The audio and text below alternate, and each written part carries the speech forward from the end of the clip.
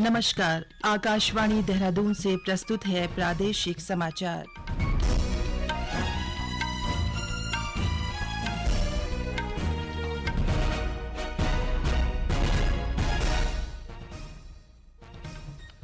पहले मुख्य समाचार। संसद का बजट सत्र कल से शुरू होगा। सरकार ने सभी राजनीतिक दलों से सहयोग की अपेक्षा की है। प्रदेश भाजपा कार्यसमिति की बैठक ऋषिकेश के रायवाला में संपन्न। सरकार और संगठन के बीच तालमेल पर चर्चा। जोशीमठ को लेकर हाई पावर कमेटी की बैठक में प्रभावित परिवारों के पुनर्वास को लेकर चर्चा हुई। और गणतंत्र दिवस की परेड में शामिल उत्तराखंड की झांकी मानस खंड को देश में प्रथम स्थान मिला। प्रदेश में बारिश के साथ ही बर्फबारी जारी।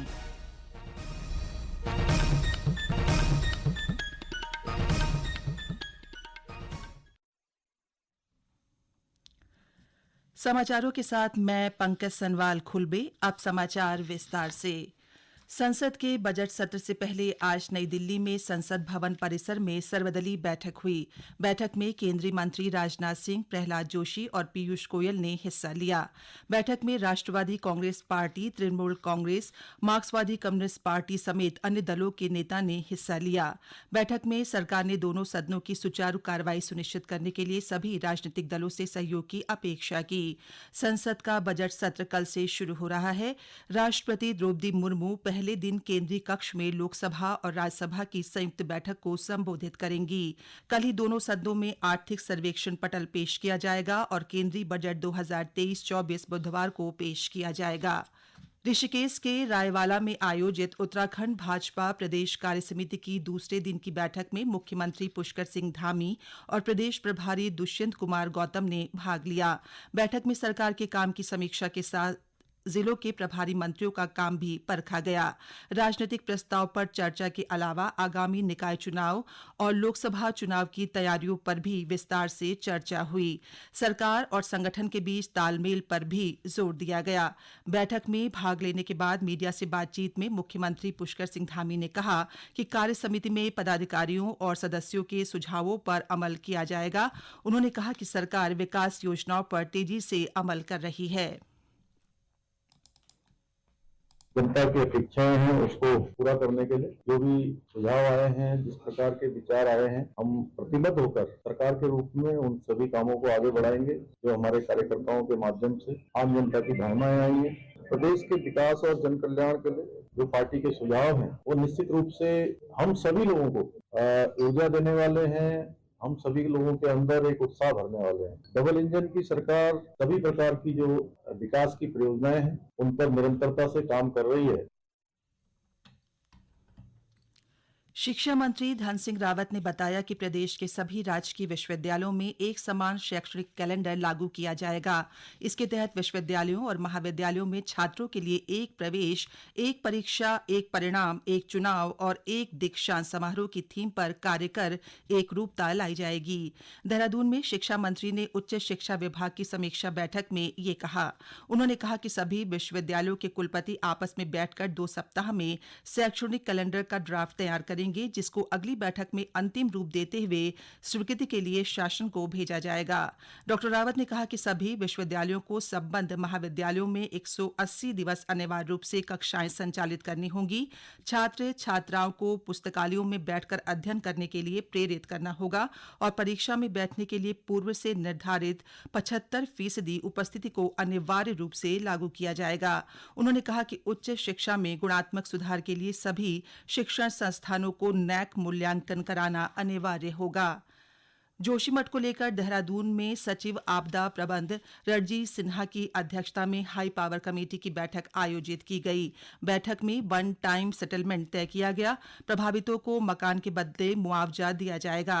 बैठक में तय किया गया कि सरकार क्षतिग्रस्त मकान की जगह 100 वर्ग मीटर में मकान बनाकर देगी। जो प्रभावित जमीन चाहते हैं उन्हें जमीन दी जाएगी। बैठक में क्षतिग्रस्त दुकानों का मुआवजा, दुकान के बदले दुकान बनाकर दिए जाने पर भी चर्चा की गई। बैठक में चर्चा की गई कि जमीन के मुआवजे का निर्णय कैबिनेट में लिया जाएगा। बैठक में कर्णप्रयाग जिले के आवासीय भवनों में आई दरारों के परीक्षण का भी निर्णय लिया गया। बैठक में चर्चा की गई कि क्षतिग्रस्त भवनों का मुआवजा CPWD के मानकों के तहत सरकार देगी।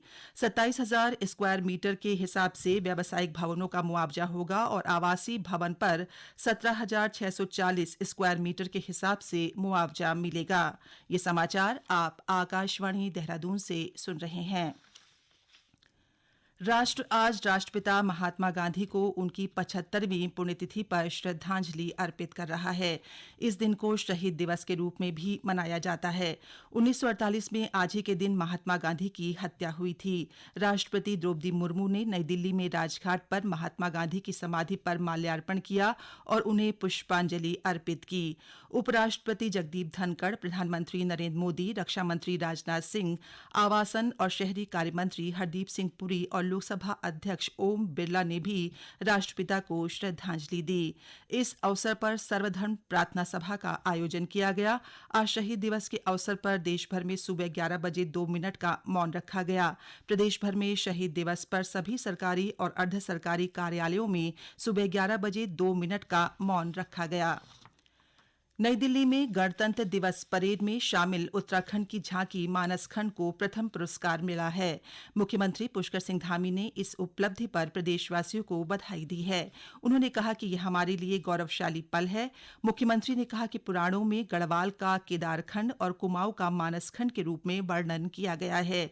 स्कंद पुराण में मानसखंड के बारे में बताया गया है। जागेश्वर मंदिर की बहुत धार्मिक मान्यता है।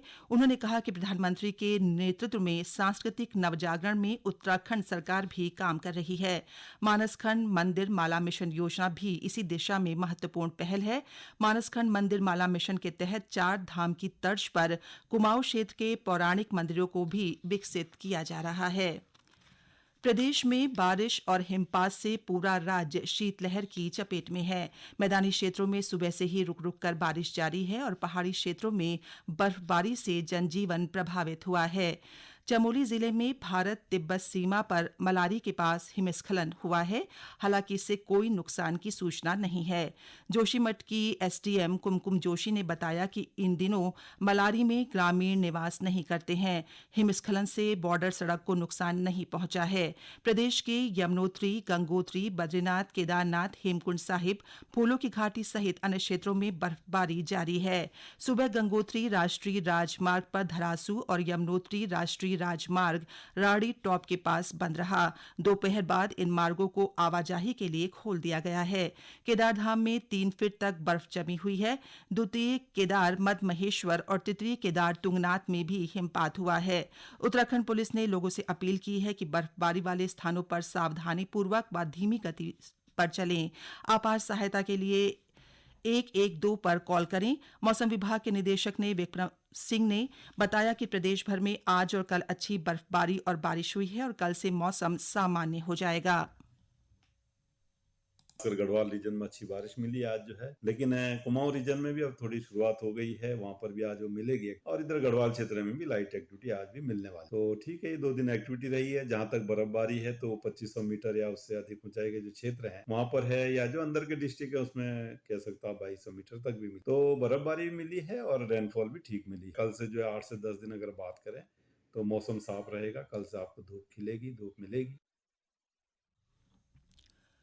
रुद्रप्रयाग जिले की दिव्या अग्रवाल ने 12 किलोमीटर पैदल ट्रैक पार कर 12,500 फीट ऊंचाई पर उत्तरकाशी जिले में स्थित केदार कांठा चोटी पर तिरंगा फहराया है।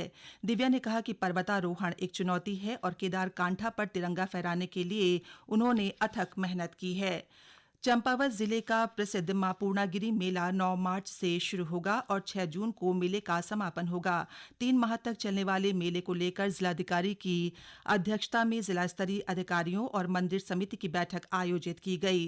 जिलाधिकारी नरेंद्र सिंह भंडारी ने बताया कि 3 माह तक चलने वाले इस मेले में प्रतिवर्ष 30 से 40 लाख श्रद्धालु दर्शन व पूजन को पहुंचते हैं और इस बार संख्या बढ़ने की संभावना है। जिलाधिकारी ने मेले के दौरान पेयजल की समुचित व्यवस्था के साथ ही निगरानी के लिए CCTV कैमरे लगाए जाने के निर्देश अधिकारियों को दिए हैं।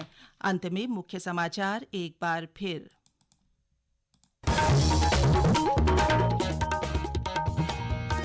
संसद का बजट सत्र कल से शुरू होगा। सरकार ने सभी राजनीतिक दलों से सहयोग की अपेक्षा की है। प्रदेश भाजपा कार्यसमिति की बैठक ऋषिकेश के रायवाला में संपन्न। सरकार और संगठन के बीच तालमेल पर चर्चा। जोशीमठ को लेकर हाई पावर कमेटी की बैठक में प्रभावित परिवारों के पुनर्वास को लेकर चर्चा हुई। और गणतंत्र दिवस की परेड में शामिल उत्तराखंड की झांकी मानस खंड को देश में प्रथम स्थान मिला। प्रदेश में बारिश के साथ ही बर्फबारी जारी। इसी के साथ प्रादेशिक समाचार समाप्त हुए। नमस्कार।